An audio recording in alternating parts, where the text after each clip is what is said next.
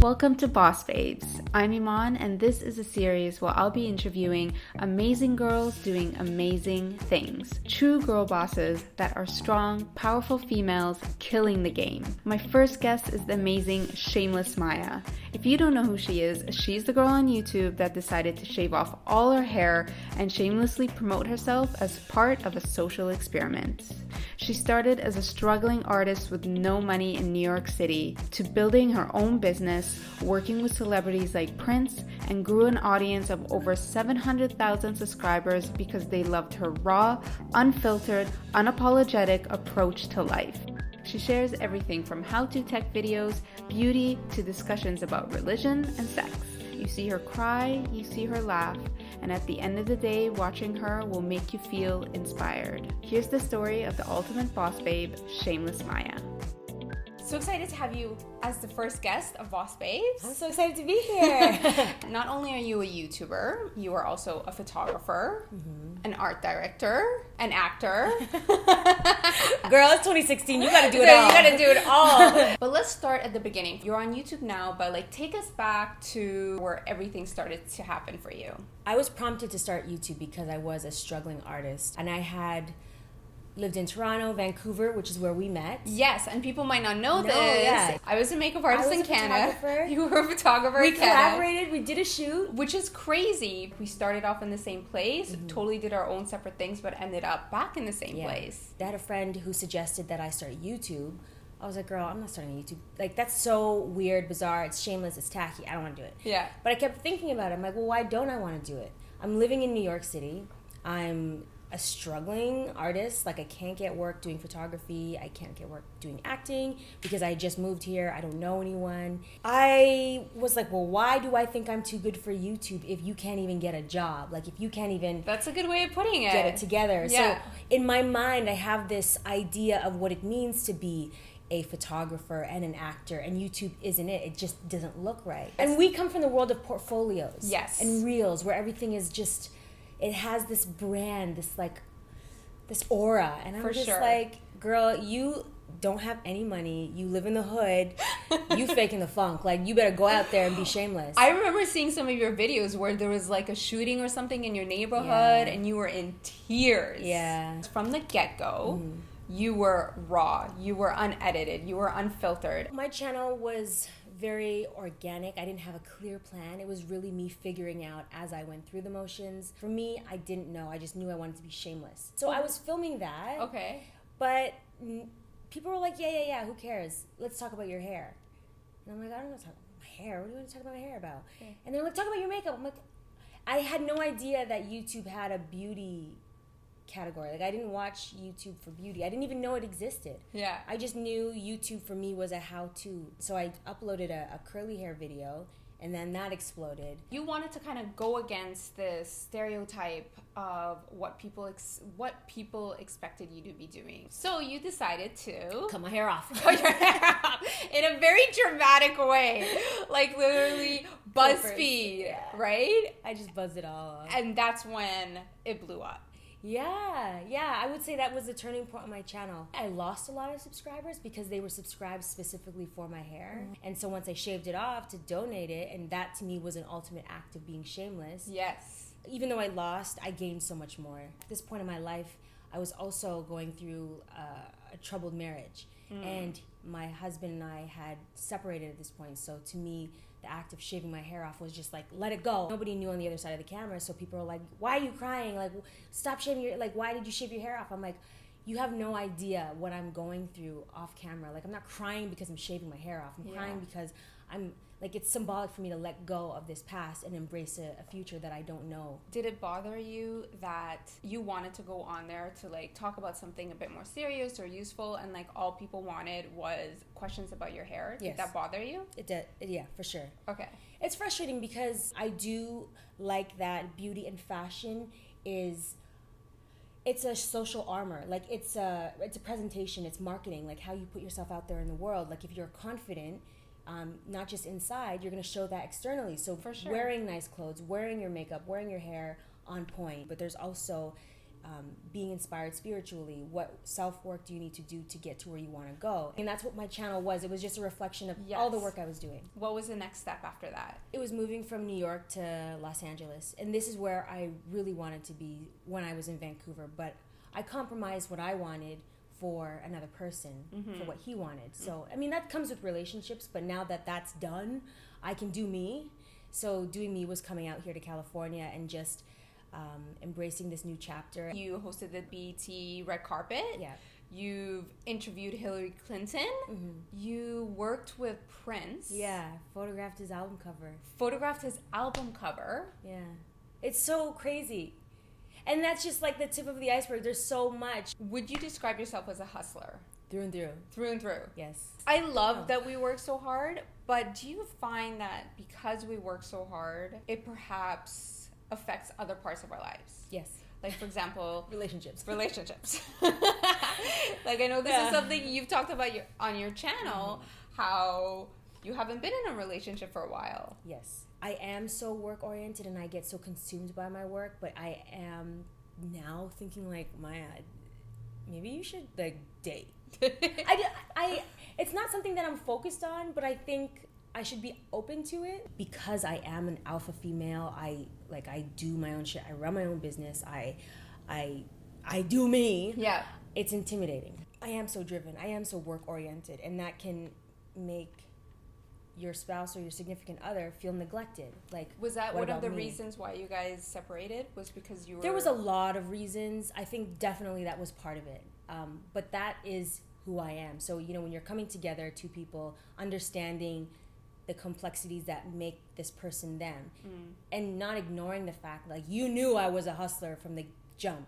I'm not going to change for you. Yeah. But there's an assumption, you know, when you get married, or whatever the case is, that you can change someone or they'll change for you. Yes. And that should never be the case when you're going into a relationship. Did that carry, like, any issues after that relationship? Like, were there points where you felt like it was your fault or you didn't do enough? Did any of that carry through, or were you able to get past that and you knew for sure it was the right decision?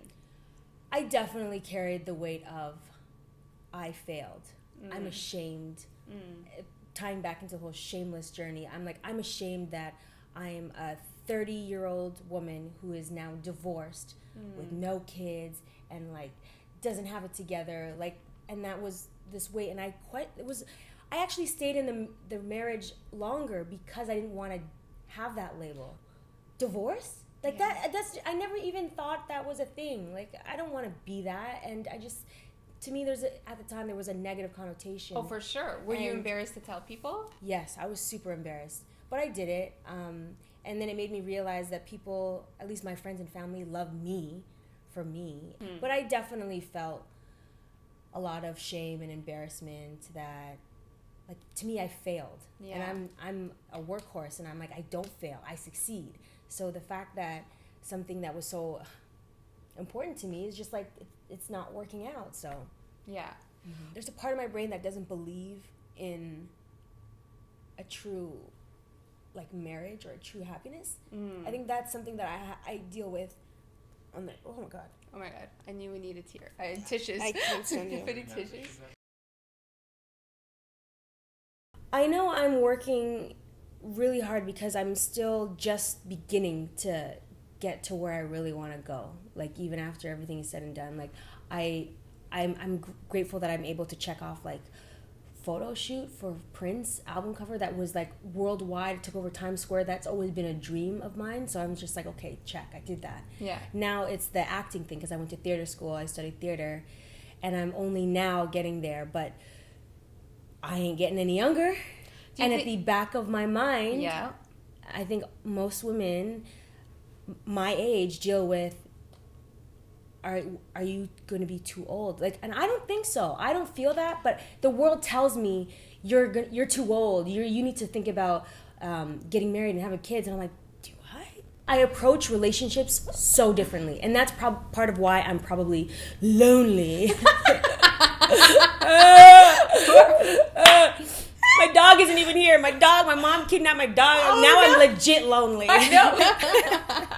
Okay, let's talk about House of Shameless. Okay. You have 6 staff. Yeah. that you lead. Mm-hmm. What was that like, having to go from doing everything on your own and then going to lead a group of people? So stressful. Like, I'm just like... Why do you do this to yourself? That's what I ask myself all the time. Why? Why are you doing this? But there's something in me that's pushing me, so I have to just listen and go with it. Yeah. You don't have to have all the answers, and you don't have to know everything, but you do have to have the drive to go seek out the answers. Mm-hmm. So long as you're questioning and rolling up your sleeves and doing the work, you'll figure it out. So that happened in May, and now we're in November. Yeah. Woo!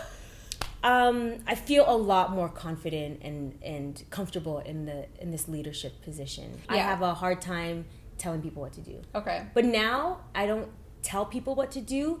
I let people know what needs to be done. Oh, I like that. Because it has to be done. We've grown like so quickly and in such a short amount of time. Surrounding yourself by a great team is key. Key, and people that are just down, they don't take it personal, they just are down to work. Do you think that as a female it's sometimes harder to be assertive?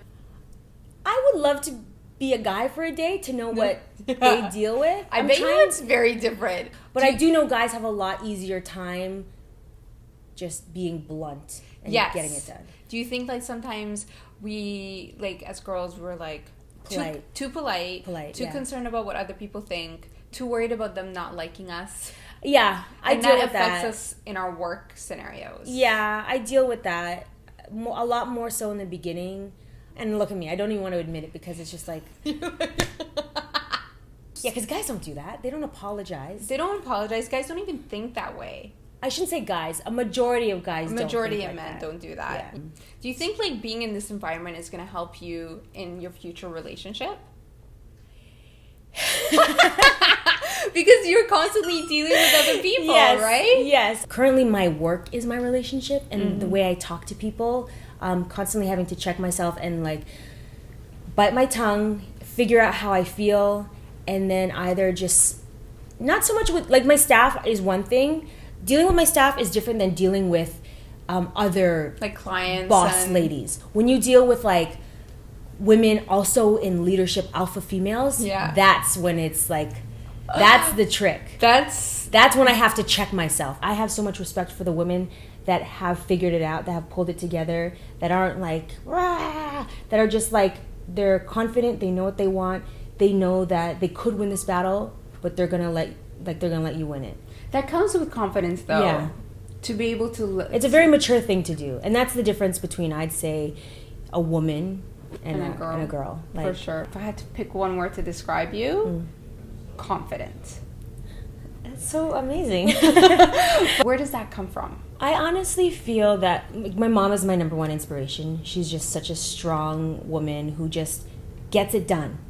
If, we need to move, she will figure it out. Like, she doesn't have all the answers. She's just getting it done. And she's so faithful. She's very spiritual. And that also has inspired me. And a lot of the things that I do and I believe are because of her, just something I was exposed to. She wasn't really religious when I think about it when I was a kid. It wasn't until she started to struggle because her and my father didn't end well, so she had to take these two kids on her own. She doesn't have money, she doesn't have it together, she doesn't have a license, she doesn't drive. She just figured it out, but she relied so much on her faith and her relationship with God.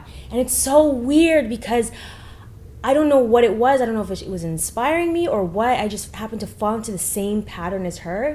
But it wasn't until shit hit the fan that I was just like, I can't do this alone. I need help. And that's when my relationship to God came to be, and how I ended up here. And it's just given me that, I guess, the confidence.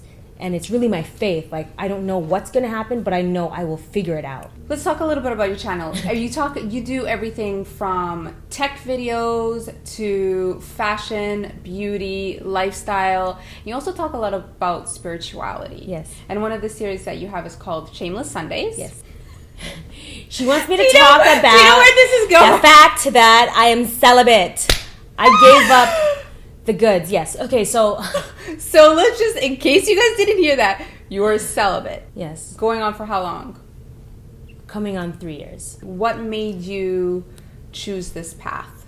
the distractions and the noise. So once my marriage was done or divorced, I was hurting a lot, and I took a moment to like process, and then I thought I was liberated. I'm like, I shaved my hair off. I'm like, I got my life, and then I'm like, I'm ready. And then I didn't get into relationships, but I got intimately involved with a few people, which is not like me. Like I'm very like, this is my boo and like that. Yeah. But like I was just having casual sex. I found myself caught up in this person and this feeling and this moment, and neglecting what I was really trying to create and do. And after a certain amount of time, I was just like, Maya, like, you can't keep doing this.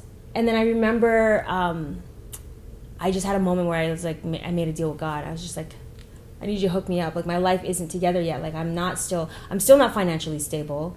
I don't have it together. I'm still living in the hood where it's like awful. There's gun shootings and everything. So what can I sacrifice? Because at this point I've been reading the Bible, and all I kept seeing was like, oh my goodness, all this sacrifice. Like, oh my, I don't know, what would I sacrifice? I'm like, okay, well, what could I sacrifice in my life? Yeah. For something greater. And then the first thing that I thought of was sex, casual sex, casual relationships, because one, they're a distraction, but two, it's like your body is a temple, so like respect it. And everyone has their own thing, but for me, this is what I've discovered. So I was like, I will give this up for you if you like hook me up. And I remember I just said it, I put it out there, just like whatever. 3 months later, I've had more abundance and like positivity and happiness that I only dreamed about. And I remember when it happened, I was just like, what is happening? What is happening? What is this all this coming from? You obviously related it to The deal. I was like, whoa, oh man, right. You and I had that deal, and I said, hook me up, so. And then everything changed. And I haven't gone back since. So the joke is, my friend Shannon comes over and she sees where I live, and she's like, good luck having no sex in this loft. And I was like, I know, right? Like, this is like the sex mansion. Like, you can just have it everywhere. Has it been hard? No. I know. Is it because you're just not meeting the right person? It's not on your brain? You're just so committed? Like, what? Honestly, I haven't met anyone. Okay. I barely even go on dates. Do you think it's hard to meet someone? Do you think it's hard to meet a guy? A quality guy? I think it's been hard for me. Yeah. It's definitely been hard for me because I work all the time, and then I realize, like, I don't go out to clubs, and I don't really want to meet someone at a club. Yeah. And then two, like, even though I go to church, I'm not too heavily involved in the church. So it's making me realize, Maya, you either have to be more connected to your church or more in an environment, a work environment that allows you to meet other creatives. Yeah. To be exposed to like-minded people that are either like arts-driven or faith-driven, and hopefully both. Because that's me. That's you. Yeah. Do you feel like this is something now that you are more conscious of? I'm very conscious of it now. Yeah. I'm not obsessed over it. Like, if anything, I have to tell myself, like, Maya, go out. It's not like I'm like, where he at, though? Like, I'm just being aware of, like, I have to, if anything, snap myself out of work and go out. Do you feel like you have moments where you feel like there's something missing? I'm so good. So it would be a bonus. Yeah. It for sure would be or maybe the next chapter. You know what it would, I don't even, yes, it would be a bonus. Yeah. But it'd also be like a shift of priority. I think. But why do you want the shift? I don't want to. You don't want the shift. Well, you know what I want? I want to meet a guy who, like, accepts that I am who I am. I'm driven and I'm work oriented. And yes, I want to have fun. Like, I have my evenings and I have my weekends to, like, do that. So I've been starting to pray about, like, hopefully I can meet a guy who has the same work ethic and discipline, who is work and then, like, wants to spend time and, like, wants to hang out. In a way, you don't want to sacrifice yourself, who you are. Right. That's to be in a relationship. And my brain still thinks you have to give up who you are to be in a relationship. Because of my past marriage. He made me feel not even made me feel. He basically said, you have to give this up in order for this. And so my brain still thinks like, oh, I gotta give up this. There's always something to be happy about. Like, I'm happy that I have my mom who loves me, or I'm happy that I have my brother. I am happy that I have, like, anything, like just anything. It's just being grateful first. And then when you can start to count the things that you have going for you, you realize how much you have. When you start counting what you don't have, and here I am getting misty-eyed again, it's when you realize, it's not even realize, that's when like this mindset of like, I don't have it enough. And it's just like, no, you're just ungrateful and you can't see what you have. And when you can start counting what you really have, then you can get more.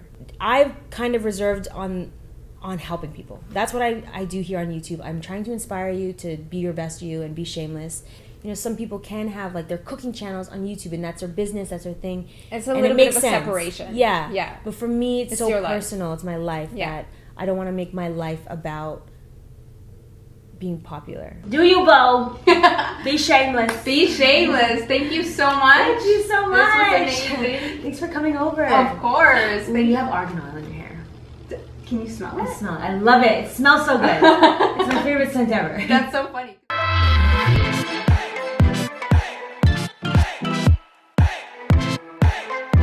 I'm here with the beautiful, the lovely EMAN makeup. I'm so happy to be here. Thank you for coming. Oh, thank you for having me. We have a video on her channel.